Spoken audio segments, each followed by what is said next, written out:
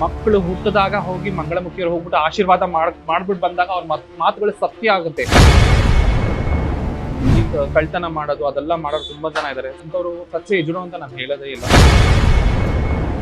It is about the hormonal changes in their body. So ಇದು ಬಂದ್ಬಿಟ್ಟು ನಾವಾಗಿ ಇಚ್ಛೆ ಮಾಡ್ಕೊಂಡು ತಗೊಳ್ಳೋದಿಲ್ಲ, ಅದು ದೇವರ ರೂಪ ಸರ್. ನಾನು ಹೇಳ್ತೀನಿ ಇವತ್ತು ಅದು ಬಿಟ್ಟಾಕಿ ನಮ್ಮ ರಾಮನ ಕತೆ ತಗೊಳ್ಳಿ. ನನಗೆ ಇದೂನು ಹೇಳ್ಬೇಕು ಅಂದ್ರೆ ಶ್ರೀರಾಮನ್ ಕತೆ ಒಂದು ಹೇಳ್ಬೇಕು ಅಂದ್ರೆ, ಶ್ರೀರಾಮ ಬಂದ್ಬಿಟ್ಟು ವನವಾಸಕ್ಕೆ ಹೋಗ್ತಾನಂತೆ. ವನವಾಸಕ್ಕೆ ಹೋಗೋ ಟೈಮಲ್ಲಿ ಅವ್ನ ಕಾಡಿಗೆ ಹೋಗೋಕ್ ಮುಂಚೆ ಅವನ ಫಾಲೋ ಮಾಡ್ಕೊಂಡ್ ಜನ ಬರ್ತಾ ಇರುವಾಗ ಒಂದ್ ಮಾತು ಹೇಳ್ತಾನೆ, ಗಂಡು ಹೆಣ್ಣು ನೀವು ತಿರುಗಿ ಹೋಗಿ ಅಂತ ಹೇಳಿದಾಗ ಆ ವರ್ಗದವರೆಲ್ಲ ಹೋಗ್ಬಿಡ್ತಾರೆ. ಸೊ ಶ್ರೀರಾಮನು ವನವಾಸಕ್ಕೆ ಹೋಗ್ಬಿಡ್ತಾನೆ. ವನವಾಸಕ್ಕೆ ಹೋಗಿ ಬರುವ ಟೈಮಲ್ಲಿ ನೋಡ್ತಾನೆ ಒಂದು ವರ್ಗದವರು ಅಲ್ಲಿ ಇರ್ತಾರೆ. ಅವಾಗ ರಾಮನಿಗೆ ಏನಿದು ಶಾಕ್, ನಾನು ಎಲ್ಲರೂ ಹೋಗಿ ಅಂತ ಹೇಳಿದ್ದೆ ನಾನು ಅಂತ ಹೇಳ್ಬಿಟ್ಟು. ಸೊ ಅವಾಗ ಬಂದು ಮಾತಾಡಿಸಿದಾಗ, ನಾವು ಮಂಗಳಮುಖಿಯವರು, ನೀವು ಗಂಡು ಹೆಣ್ಣು ಹೋಗಿ ಅಂತ ಹೇಳ್ಬಿಟ್ರಿ, ನಮ್ಮ ವರ್ಗವನ್ನು ನೀವು ಹೇಳೇ ಇಲ್ಲ ಅಂತ ಹೇಳಿದಾಗ ಅವಾಗ ರಾಮ ಹೇಳ್ತಾನಂತೆ, ನನಗೋಸ್ಕರ ಇಷ್ಟು ವರ್ಷ ನೀವು ತ್ಯಾಗ ಮಾಡಿದ್ರಿ, ನಾನು ನಿಮ್ಗೊಂದು ವರವನ್ನು ಕೊಡ್ತೀನಿ, ನೀವೇನೇ ನುಡಿದ್ರು ಸತ್ಯ ಆಗ್ಬೇಕು, ನೀವು ನುಡಿದಿರೋ ಮಾತು ಆಶೀರ್ವಾದ ಆಗ್ಬೇಕು ಅಂತ ಹೇಳ್ತಾನೆ. ಅದಕ್ಕೇನೆ ಇದುವರೆಗೂ ನಮ್ಮ ಕಲ್ಚರಲ್ಲಿ ಮಕ್ಕಳು ಹುಟ್ಟಿದಾಗ ಹೋಗಿ ಮಂಗಳಮುಖಿಯರು ಹೋಗ್ಬಿಟ್ಟು ಆಶೀರ್ವಾದ ಮಾಡ್ಬಿಟ್ಟು ಬಂದಾಗ ಅವ್ರ ಮಾತುಗಳು ಸತ್ಯ ಆಗುತ್ತೆ. ಸಚ್ಚೆ ಎಜುಡು ಅಂತ ಹೇಳ್ತಾರಲ್ಲ, ಅವ್ರು ಹೋಗಿ ನೃತ್ಯ ಮಾಡಿ ಡ್ಯಾನ್ಸ್ ಮಾಡಿ ಮಕ್ಳಿಗೆ ಆಶೀರ್ವಾದ ಮಾಡಿ ಒಂದು ಹೊಸ ಮನೆ ಕಟ್ಟಿದ್ರೆ. ಸೊ ಅದೆಲ್ಲ ಆಕ್ಚುಲಿ ನಾರ್ತ್ ಅಲ್ಲಿ ಅದೆಲ್ಲ ತುಂಬಾ ಫೇಮಸ್ ಇದೆ. ಮಕ್ಳು ಹುಟ್ಟಿದಾಗ ಕರೆದು ಅವ್ರಿಗೆ ಇವಾಗೆಲ್ಲ ಇಲ್ಲೆಲ್ಲ ಬಂದ್ಬಿಟ್ಟು ಈ ತರ ತಪ್ಪಾಗಿ ಹೇಳ್ತಾರೆ, ಸೊ ಕಿತ್ಕೊಂಡ್ ಬರ್ತಾರೆ ಅಂತಲ್ಲ. ನಕಲಿ ಮಂಗಳಮುಖಿಯರು ಇದ್ದಾರೆ ಸರ್, ನಾನು ಒಪ್ಕೋತೀನಿ. ನಾನು ಹೇಳ್ತೀನಲ್ಲ, ಗಂಡಸರು ಇವತ್ತು ವೇಷಭೂಷಣಗಳು ಹಾಕಿ ನಮ್ಮ ಕಮ್ಯುನಿಟಿಯವ್ರು ಯಾರೋ ಅಂತ ಕೆಲ್ಸಗಳು ಮಾಡಲ್ಲ. ನಾನು ಹೇಳ್ತೀನಲ್ಲ, ತುಂಬಾ ಕಷ್ಟ ಪಟ್ಟಿರ್ತಾರೆ. ಅವಾಗ ಬಂದ್ಬಿಟ್ಟು ಕೇಳಿ ತುಂಬಾ ವಾದ ಮಾಡಿ ತಗೊಳ್ಳಿರ್ತಾರೆ. ಬಟ್ ಕೆಲವೊಬ್ರು ಈಗ ಕಳ್ತನ ಮಾಡೋದು ಅದೆಲ್ಲ ಮಾಡೋರು ತುಂಬಾ ಜನ ಇದ್ದಾರೆ. ಸೊ ಅದು ಬಂದ್ಬಿಟ್ಟು ನಾವು ಅದರ ಅಂತವ್ರು ಸಚ್ಚೆ ಇದ್ರು ಅಂತ ನಾನು ಹೇಳೋದೇ ಇಲ್ಲ. ಸೊ ಅವ್ರನ್ನೆಲ್ಲ ಬಂದ್ಬಿಟ್ಟು, ಯಾಕಂದ್ರೆ ನಮ್ಗೊಂದು ರೆಸ್ಪೆಕ್ಟ್ ಇದೆ ಸರ್. ನಾನು ಇವತ್ತು ಹುಟ್ಟಿ ಹಿಂಗಾಗಿದ್ಮೇಲೆ ನಾನು ಇದೇ ಬಟ್ಟೆ ನಾನು ಬದುಕಬೇಕು, ನಾನು ಇದೇ ಜಾಗದಲ್ಲಿ ನಾನು ಇಲ್ಲೇ ಇದ್ದೀನಿ, ನನ್ನ ಎಕ್ಸಿಸ್ಟೆನ್ಸ್ ಇಲ್ಲೇ ಇರುತ್ತೆ. ಬೇರೆ ಎಲ್ಲಿಂದನೋ ಬಂದು ಇವತ್ತು ವೇಷಭೂಷಣಗಳು ಹಾಕಿ ಅದೆಲ್ಲ ತುಂಬಾ ಕೇಸಸ್ ಇದೆ ಸರ್. ಸೊ ಅವರಿಂದ ನಮ್ಗೊಂದು ಕೆಟ್ಟ ಹೆಸರು. ನಿಮ್ಮಂಥವ್ರು ಸಮಾಜಕ್ಕೆ ಒಂದು ರೀತಿ ಗ್ರೇಟ್ ಅಂತ ಅನ್ಸುತ್ತೆ. ಇನ್ನೂ ಒಂದಷ್ಟು ಸಮುದಾಯಕ್ಕೆ ಸ್ಫೂರ್ತಿ ಕೂಡ ನಿಜ ಸರ್. ಇನ್ನು ಮೇಡಮ್ ನೋಡೋದಕ್ಕೆ ಇಷ್ಟೊಂದು ಸುಂದರವಾಗಿ ನಿಮ್ಮ ಲೈಫಲ್ಲೂ ಯಾವ್ದಾದ್ರು ಲವ್ ಸರ್, ನಾವು first of all emotional fools ಅಂತ ಹೇಳ್ತೀವಿ. ನಿಜ ಸರ್, ಎಮೋಷನಲ್ ಫೂಲ್ಸ್ ನಾವು ಆಕ್ಚುಲಿ. ಯಾರೇ ಪ್ರೀತಿ ತೋರಿಸಿದ ತಕ್ಷಣ ತುಂಬಾ ಇದಾಗ್ಬಿಡ್ತೀವಿ, ನಾವು ಸಾಫ್ಟ್ ಆಗ್ಬಿಡ್ತೀವಿ. ಸೊ ಅವ್ರು ಏನೇ ಅಂದ್ರು ಅವ್ರ ಪ್ರೀತಿ ಮಾತಲ್ಲಿ ನಾವು ತುಂಬಾ ಮರಳಾಗ್ಬಿಡ್ತೀವಿ, ಅದರೆಲ್ಲ ಇರ್ತೀವಿ. ಸೊ ತುಂಬಾ ಘಟನೆಗಳಿದೆ ಸರ್ ನಮ್ಮ ಲೈಫಲ್ಲಿ. ತುಂಬಾ ಜನ ಬರ್ತಾರೆ ಹೋಗ್ತಾರೆ. ಬಟ್ ಇವಾಗ ಬಂದ್ಬಿಟ್ಟು ನಾನು ತುಂಬಾ ಸ್ಟ್ರಾಂಗ್ ಆಗ್ಬಿಟ್ಟಿದ್ದೀನಿ ಸರ್. ತುಂಬಾ ಜನ ಬರ್ತಾರೆ ಹೋಗ್ತಾರೆ ಸರ್. ಹೌದು, ಇವತ್ತು ಹೇಳ್ತೀನಲ್ಲ, ನಾವು ಚೆನ್ನಾಗಿದ್ರೆ ನಾವ್ ಇದ್ ಮಾಡ್ತಿದ್ರೆ ಭಾವನೆಗಳ ಜೊತೆಗೆ ಇವತ್ತು ಆಟ ಆಡ್ತಾರೆ ಸರ್.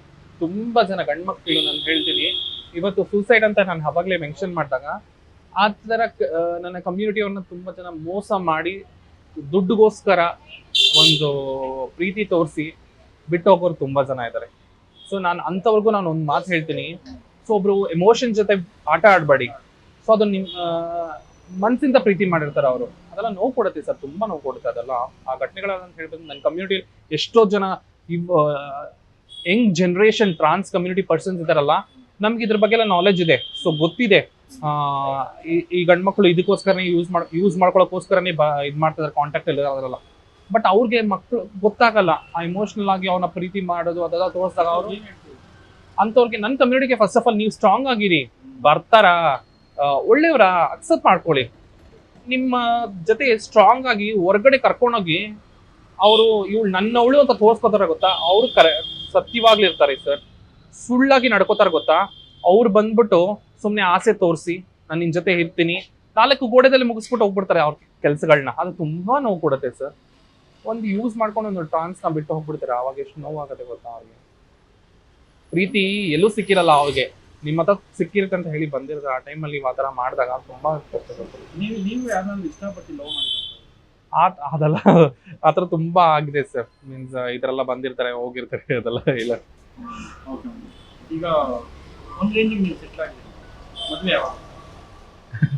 ಮದ್ವೆಗಿಂತ ನಾನು ಆಕ್ಚುಲಿ ನನ್ನ ಮೈಂಡಲ್ಲಿ ಇರೋದು ನನ್ನ ಕಮ್ಯುನಿಟಿ ಅವ್ರಿಗೆ ನಾನು ಅವರ ಕೆಲಸಗಳ ಬಗ್ಗೆ ನಾನು ತುಂಬಾ ಗಮನ ಕೊಡಬೇಕು ಅಂತ ಆಸೆ ಪಡ್ತೀನಿ ಸರ್. ಸೊ ನಾನು ಒಂದು ನನ್ನ ತರನೇ ನಾನು ಜಾಬ್ ಆಪರ್ಚುನಿಟೀಸ್ ಕೊಡ್ಬೇಕು ಅಂತ ತುಂಬಾ ಪ್ರಯತ್ನ ಪಟ್ಟೆ ಸರ್ ನನ್ನ ಕಮ್ಯುನಿಟಿ ಅವ್ರನ್ನ. ಸೊ ತುಂಬಾ ಒಂದು ನೆಗೆಟಿವ್ ಇಂಪ್ರೆಷನ್ ಬಂತು. ನಾನು ಒಂದು ಟೀ ಶಾಪ್ ಮಾಡ್ಕೊಟ್ಟಿದ್ದೆ ಒಂದು ನನ್ನ ಕಮ್ಯುನಿಟಿ ಅವ್ರಿಗೆ, ತುಂಬಾ ನೆಗೆಟಿವ್ ಇಂಪ್ರೆಷನ್ಸ್ ಬಂತು. ಸೊ ಅದಕ್ಕೆ ನಾನು ಸಮಾಜ ನೋಡೋ ದೃಷ್ಟಿಕೋನ ಇನ್ನೂ ಚೇಂಜ್ ಆಗಿಲ್ಲ ಅಲ್ಲ? ಸರ್ ನಾನು ಒಂದು ಹೋಟೆಲ್ ನಡೆಸ್ತಾ ಇದ್ದೀನಿ, ಕೆಲವೊಬ್ರು ಬಂದು ಊಟ ಮಾಡಕ್ಕೆ ವಿಷಯ ಮಾಡ್ತಾರೆ ಸರ್, ಅದು ತುಂಬಾ ಬೇಜಾರಾಗತ್ತೆ. ನಾನು ಇವತ್ತು ಪ್ರೀತಿಯಿಂದ ನಿಮ್ಗೆ ಊಟ ಮಾಡಿಸ್ತೀನಿ ಅಂತ ಹೇಳ್ತೀನಿ, ಕೆಲವೊಬ್ರು ಇವತ್ತು ಥಿಂಕ್ ಮಾಡೋದೇ ಬೇರೆ ತರ ಇರುತ್ತೆ ಸರ್, ಬೇಜಾರಾಗತ್ತೆ. ಬದಲಾಗ್ಬೇಕಲ್ಲ? ತುಂಬಾ ಬದಲಾಗ್ಬೇಕು ಸರ್, ಜನ ಬದಲಾಗ್ಬೇಕು. ಇವತ್ತು ನಾನು ಹೇಳ್ತೀನಿ, ಎಲ್ಲಾರ್ನೂ ಹೇಳಲ್ಲ, ಇವಾಗ್ಲೂ ಕೆಲವೊಬ್ರು. ಅವ್ರ ಮನಸ್ಸೇ ಅಲ್ಲ ಸರ್ ನಮಗೂ ಮನ್ಸಿದೆ ಸರ್, ನಮಗೂ ಪ್ರೀತಿ ತೋರಿಸ್ಬೇಕು, ನಿಮ್ಗೂ ಪ್ರೀತಿ ತೋರಿಸ್ಬೇಕು ಅನ್ಸುತ್ತೆ. ಅದೆಲ್ಲ ತುಂಬಾ ಮನ್ಸಿಗೆ ನೋವಾಗತ್ತೆ ಸರ್. ನಮ್ಮೊಂದು ಕೆಲವು ಫ್ರೆಂಡ್ಸೇ ಅವ್ರ ಫ್ರೆಂಡ್ಸ್ ಅಂತ ಗುರ್ತಿಸ್ಕೊಳಕ್ಕೇನು ಯೋಚನೆ ಮಾಡ್ತಾರೆ, ಅದೆಲ್ಲ ನೋವಾಗಲ್ಲ ಸರ್ ಅದು. ಸೊ ನನಗೆ ಫ್ಯಾಮಿಲಿ ಸಪೋರ್ಟ್ ಸಿಕ್ಕಿರೋದನ್ನ ಒಂದೇ ಉದ್ದೇಶದಿಂದ ನಾನು ಇವತ್ತೊಂದು ಕೆಲಸ ತೊಡಗಿಸ್ಕೊಳ್ಳೋಕ್ಕೆ ಸಾಧ್ಯ ಆಯಿತು. ನನ್ನ ಕಮ್ಯುನಿಟಿಯವ್ರಿಗೂ ಆಗಿ ನನ್ನ ಕಮ್ಯುನಿಟಿಯಲ್ಲಿ ಬಂದಿರೋ ಪ್ಯಾರೆಂಟ್ಸ್ಗಾಗ ನಾನು ಒಂದೇ ರಿಕ್ವೆಸ್ಟ್ ಹೇಳೋದು, ಹರ್ಟ್ ಮಾಡಕ್ಕೆ ಹೋಗ್ಬೇಡಿ. ಸೊ ಅವ್ರ ಭಾವನೆಗಳನ್ನ ಅರ್ಥ ಮಾಡ್ಕೊಳ್ಳಿ. ಸೊ ಅಂಥವ್ರನ್ನ ನೀವು ಇದು ಮಾಡಬೇಡಿ, ದೂರ ಮಾಡಬೇಡಿ. ಸೊ ಅವರು ಲೈಫಲ್ಲಿ ತುಂಬ ಇದು ಮಾಡ್ತಾರೆ. ನೀವು ಸಪೋರ್ಟ್ ಮಾಡಿದ್ರೆ ಅವ್ರು ಎತ್ತರಕ್ಕೆ ಬೆಳೀತಾರೆ. ಇವತ್ತು ನನ್ನ ತಾಯಿ, ನನ್ನ ತಂಗಿ, ನನ್ನ ಫ್ಯಾಮಿಲಿ, ನನ್ನ ಬ್ರದರ್ ಅವರೆಲ್ಲ ಸಪೋರ್ಟ್ ಮಾಡೋಕ್ಕೆ ನಾನು ಇವತ್ತೊಂದು ನಿಮ್ ಬ್ಯಾಕ್ ಬೋನ್ ಆಗಿ ನಿಂತ್ಕೊಂಡು ಹಾ ಸರ್, ಇವತ್ತು ಅವ್ರು ನಿಂತಿರೋದಕ್ಕೆ ನಾನು ಇಲ್ಲಿ ಈ ಜಾಗದಲ್ಲಿ ಇರೋದು. ನೆಕ್ಸ್ಟ್ ಈಗ ನಮ್ಮ ಪಾರ್ಲರ್ ಓಪನ್ ಮಾಡಿದ್ವಿ, ಹೋಟೆಲ್ ಓಪನ್ ಮಾಡಿದ್ವಿ, ಒಂದಷ್ಟು ಜನಕ್ಕೆ ಕೆಲಸ ಕೂಡ ಕೊಟ್ಟಿದ್ವಿ. ಅವ್ರ ಎಂಪ್ಲಾಯ್ಸ್ ಎಲ್ಲ ಅವರೆಲ್ಲ ನಮ್ಮ ಫ್ಯಾಮಿಲಿ ಅಂತ ಹೇಳ್ತೀವಿ, ನಿಜಕ್ಕೂ ಗ್ರೇಟ್ ಅನ್ಸುತ್ತೆ. ನೆಕ್ಸ್ಟ್ ನಿಮ್ಮ ಗುರಿ ಏನು? ಸರ್ ನಾನು ಬಂದ್ಬಿಟ್ಟು ಇವತ್ತು ನಾನು ಯೋಚನೆ ಮಾಡ್ತಾ ಇರೋದು ಏನು ಗೊತ್ತಾ, ಸೊ ಏನೇ ಕಷ್ಟ ಆದರೂ ನನಗೆ ಬಂದು ಸಪೋರ್ಟ್ ನಿಂತಿರೋದು ನನ್ನ ಫ್ಯಾಮಿಲಿ ಮತ್ತು ನನ್ನ ಕಮ್ಯುನಿಟಿ. ಸೊ ನನ್ನ ಫ್ಯಾಮಿಲಿಗೋಸ್ಕರ ನಾನು ಒಂದು ಕೆಲಸ ಮಾಡಿ ಹೋಗ್ತೀನಿ. ಸೊ ನನ್ನ ಕಮ್ಯುನಿಟಿಗೋಸ್ಕರ ಒಂದು ಕೆಲಸ, ಒಂದು ಏನಂತಾರೆ, ಒಂದು ಸಣ್ಣ ಕೈಗಾರಿಕೆ ಥರ, ಒಂದು ಗುಂಪು ಥರ ಮಾಡಿಕೊಂಡು ಅದರ ಕೆಲಸ ಮಾಡ್ಕೊಳ್ಳೋಕ್ಕೆ ನಾನು ಒಂದು ಐಡಿಯಾಸ್ ಮಾಡಬೇಕು. ಸೊ ನಾನು ಎಲ್ಲ ಇಂಟರ್ವ್ಯೂಸಲ್ಲೂ ಹೇಳಿದ್ದೀನಿ, ಯಾರೇ ಬಂದ್ಬಿಟ್ಟು ನಿಮ್ಮ ಐಡಿಯಾಸ್ ಇದೆ, ನನ್ನ ಐಡಿಯಾಸ್ ಇದೆ, ಮಾಡಬೇಕು ಅಂತ ಇದ್ದೀನಿ, ಇದಕ್ಕೆ ಯಾವ ಥರ ಮಾಡಿದ್ರೆ ಸರಿ ಹೋಗುತ್ತೆ ಅಂತ ಹೇಳ್ಬಿಟ್ಟು ನನ್ನ ಹತ್ರ ಬಂದು ಕೇಳಿದ್ರೆ ನಾನು ಖಂಡಿತ ಸಪೋರ್ಟ್ ಮಾಡೋಕ್ಕೆ ರೆಡಿ ಇದ್ದೀನಿ ಸರ್. ಸೊ ನಾನು ತಪ್ಪು ಮಾಡಿದ್ರು ಕೂಡ ಅದನ್ನು ತಿದ್ಕೊಂಡು ಒಂದು ಸಜೆಷನ್ ಕೊಟ್ಟರು ನಾನು ತಿದ್ಕೊಳ್ಳೋಕ್ಕೂ ರೆಡಿ ಇದ್ದೀನಿ ಸರ್. ಕೆಲವು ಮಂಗಳಮುಖಿಯರು ತುಂಬಾ ಅಗ್ರೆಸಿವ್ ಆಗಿ ಬಿಹೇವ್ ಮಾಡುವಂಥದ್ದು, ಆಮೇಲೆ ಚಪ್ಪಾಳೆ ತಟ್ಟುವಂಥದ್ದು, ಸೊ ಅದ್ರ ಬಗ್ಗೆ ಸರ್ ತುಂಬ ಅಗ್ರೆಷನ್ ಆಗಿರ್ತಾರೆ ಅಂತ ಹೇಳಿದ್ರೆ ಅದು ನಮ್ಮ ಆಯುಧ. ಇವತ್ತು ನಾವು ಒಂದು ಕೈ ತಟ್ತೀವಿ ಅಂತ ಹೇಳಿದ್ರೆ ಇದು ನಮ್ಗೆ ಇವಾಗ ಕೈಯಲ್ಲಿ ಏನೋ ಒಂದು ಬಲ ಇರಂಗೆ. ಸೊ ಇದನ್ನ ನಾವು ಎದುರಿಸೋದು. ಹೌದು, ನಾನು ಹಿಂಗ್ ಕೈ ತಟ್ಟಿದ್ರೆ ಜನನೇ ಗುರ್ಬೇಕು. ಸೊ ಆ ಥರ ಇರುತ್ತೆ. ಸೊ ಇದು ನಮ್ಮೊಂದು ಬಲ. ಏನ್ ಗೊತ್ತಾ, ನೀವು ಬೆಳಗ್ಗೆಯಿಂದ ಸಂಜೆ ತನಕ ನೀವು ಒಬ್ಬರನ್ನ ದ್ವೇಷಿಸ್ತಾನೆ ಇದ್ರೆ ಅವ್ರಿಗೂ ಕೋಪ ಆಗುತ್ತೆ ಅಂತ ಹೇಳೋಕ್ಕಿಂತ ಒಂದು ಮೆಸೇಜ್ ಒಬ್ಬ ಕಾಮಕನಿಗೆ ಎಚ್ಚರಿಕೆ ಏನಾದ್ರು. ಹೌದು, ಕಾಮಕನಿಗೆ ಯಾರೇ ನಮ್ಮನ್ನ ಇದು ಮಾಡ್ತಾರ ಅವ್ರಿಗೆಲ್ಲ ಇದು ಆಕ್ಚುಲಿ ಇದು ಒಂದೊಂದು ಬ್ಲೆಸ್ಸಿಂಗ್ಸು. ಆಕ್ಚುಲಿ ಒಂದು ನಾವು ಕೋಪದಿಂದ ತಟ್ರೆ ಅದು ಕೋಪ, ಪ್ರೀತಿಯಿಂದ ತಟ್ಟಿದ್ರೆ ಪ್ರೀತಿ. ನಿಜ. ಒಂದು ನೀವು ನಮ್ಮ ಟ್ರಾನ್ಸ್ ಕಲ್ಚರಲ್ ನೋಡಿ, ಡ್ಯಾನ್ಸ್ ಆಡೋಕೆ ಒಂದು ಕೈ ತಟ್ಟಿ ಡ್ಯಾನ್ಸ್ ಮಾಡ್ತಾರೆ. ಸೊ ಅವಾಗ ಪಾಸಿಟಿವ್ ವೈಬ್ಸ್ ಬರುತ್ತಂತೆ. ನೆಗೆಟಿವ್ ಆಗಿ ಅವ್ರ ಕೋಪದಲ್ಲಿ ನೀವು ಹೊಡೆದಾಗ ನೋಡಿ, ಅವರ ಅಗ್ರೆಷನ್ ನೋಡ್ಬೇಕು ನೀವು. ಎಂತ ವೈರಿ ನೀವು ಆದ್ರೂ ಕೂಡ ಅವ್ರ ಎದುರುಗಡೆ ನಿಂತ್ಕೊಳಕ್ ಆಗಲ್ಲ. ಯೋಶಿ ಹಿಂಜರಿತಾನೆ, ಒಂದ್ ಹೆಜ್ಜೆನಾದ್ರು ಹಿಂಜರಿತಾನೆ. ಪ್ರೀತಿಯಿಂದ ತಟ್ಕೊಂಡು ಖುಷಿಯಿಂದ ಡ್ಯಾನ್ಸ್ ಮಾಡ್ತಾರಲ್ಲ, ಅವಾಗ ಇವ್ ನಮ್ಮವರೇ ನಮ್ಮ ಪ್ರೀತಿಯಿಂದ ಡ್ಯಾನ್ಸ್ ಮಾಡ್ತಾರೆ ಅಂತ ಹತ್ರ ಬರ್ತಾರೆ. ಸೊ ಈ ಚಪ್ಪಾಳಿ ತುಂಬಾ ವಿಷಯಗಳಿದೆ ಸರ್. ಮೇಡಮ್, ಇನ್ನು ಮಂಗಳಮುಖಿಯವರಿಗೆ ನಿಮ್ಮನ್ನ ಕಿಚಾಯಿಸೋದು ಅಂದ್ರೆ ಈ ಚಕ್ಕ ಅನ್ನೋದು, ಸೊ ಅದರಲ್ಲೇ ಹೇಳಿದಾಗ ನಿಮ್ಗೆ ಏನ್ ಅನ್ಸುತ್ತೆ, ನಿಮ್ ಮನಸ್ಸಿಗೆ ಏನಾಗುತ್ತೆ? ನೀವು ಒಬ್ಬರನ್ನ ಹೋಗ್ಬಿಟ್ಟು ಒಂದು ವ್ಯಕ್ತಿನ ಬೇರೆ ಪದಗಳನ್ನ ಕರೆದ್ರೆ ಅವ್ರು ಒಪ್ಕೋತಾರ?